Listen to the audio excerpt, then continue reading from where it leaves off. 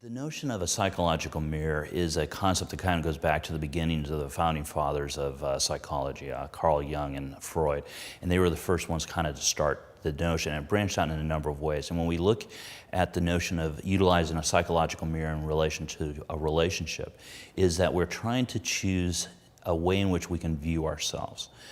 And we can see it based on the decisions we make, and because they're value-based, you're having to make a choice.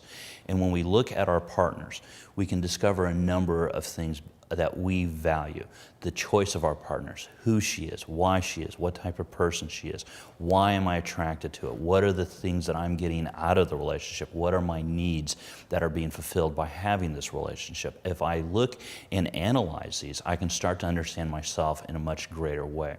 A lot of cases, it's dependency needs. What do I need?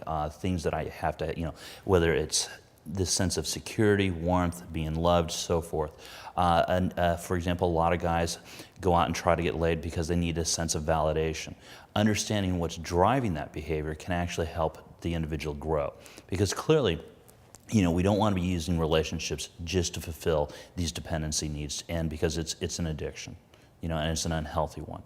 And it's why we have these, for example, serial monogamy is an outreach of these. We have people that have dependency needs that are trying to find and discover themselves and grow by utilizing the safety and security of a relationship to discover it. And people get hurt, people get damaged by this.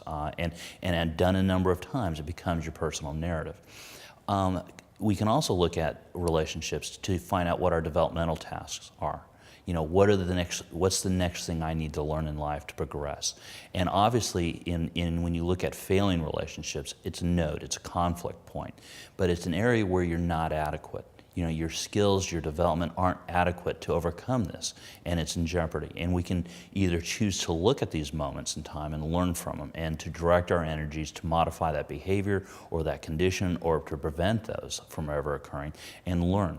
But if you're cognizant of it, we can slowly look at our lives and the choices and decisions we make, and to see ourselves better. In many cases, we can actually see what our next developmental task is before we even come across it. And that is probably the most proactive thing we can do, is to anticipate what our developmental tasks are, work at them so they don't ever become an issue.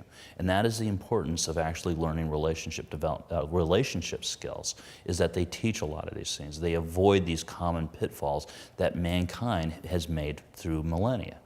These aren't necessarily new. Obviously, societies change, people change, you have different influences, but the common pitfalls typically are always there, and we can learn to avoid them. Thus, we can improve the qualities of our lives.